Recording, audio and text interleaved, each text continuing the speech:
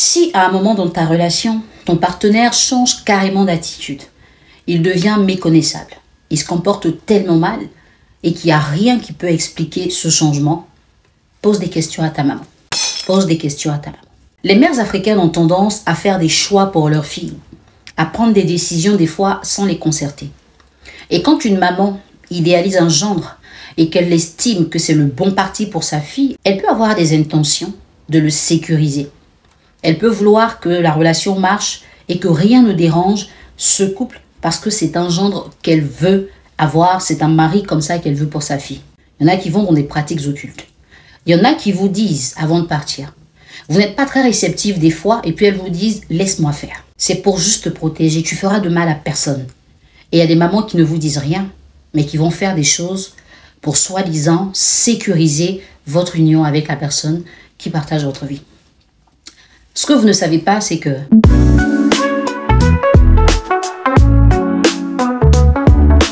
ou ce que vous savez, très peu de femmes, même quand elles savent ce qui s'est passé, vont assumer de le dire.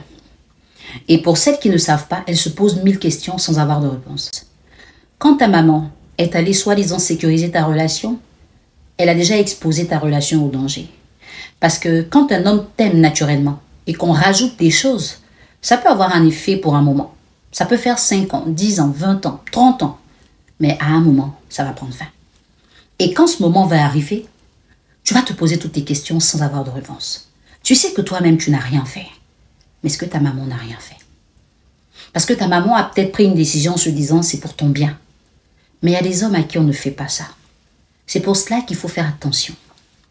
Il y a des hommes à qui on ne fait pas ce dont je parle. Parce que si vous le faites, ça se retourne contre vous. La personne t'aimait bien, il n'y avait pas de problème. Mais dès que tu actionnes ça, tout se gâte et tu te poses des questions.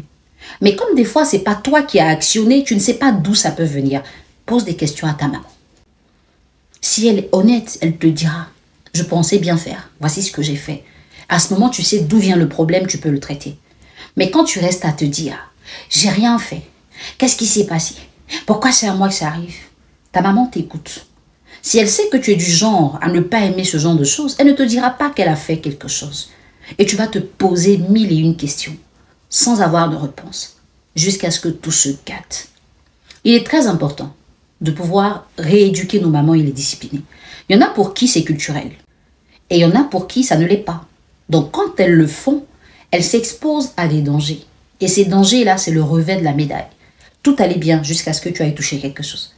Va déposer ce que tu as touché, et puis sois dans une relation normale.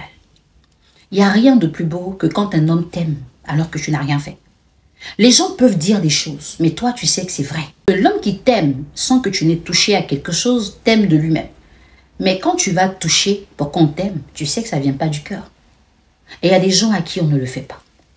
Autant on peut te préparer à solidifier ton union, il y a des hommes qu'on a préparés contre ces choses. C'est comme si on leur donnait l'antidote avant le poison. Si tu le fais, tu vas tout gâter. Donc, pose des questions à maman. Tu es sûr que tu n'as rien fait? Ne va pas vers elle avec la violence ou la colère. Sinon, elle te dira non, même si c'est oui. Sois subtil et puis demande à maman. Ça t'évitera de te poser des questions sans réponse. Et ça t'évitera de rester dans le flou alors qu'il y a une vérité derrière, mais sauf que c'est toi qui l'ignores.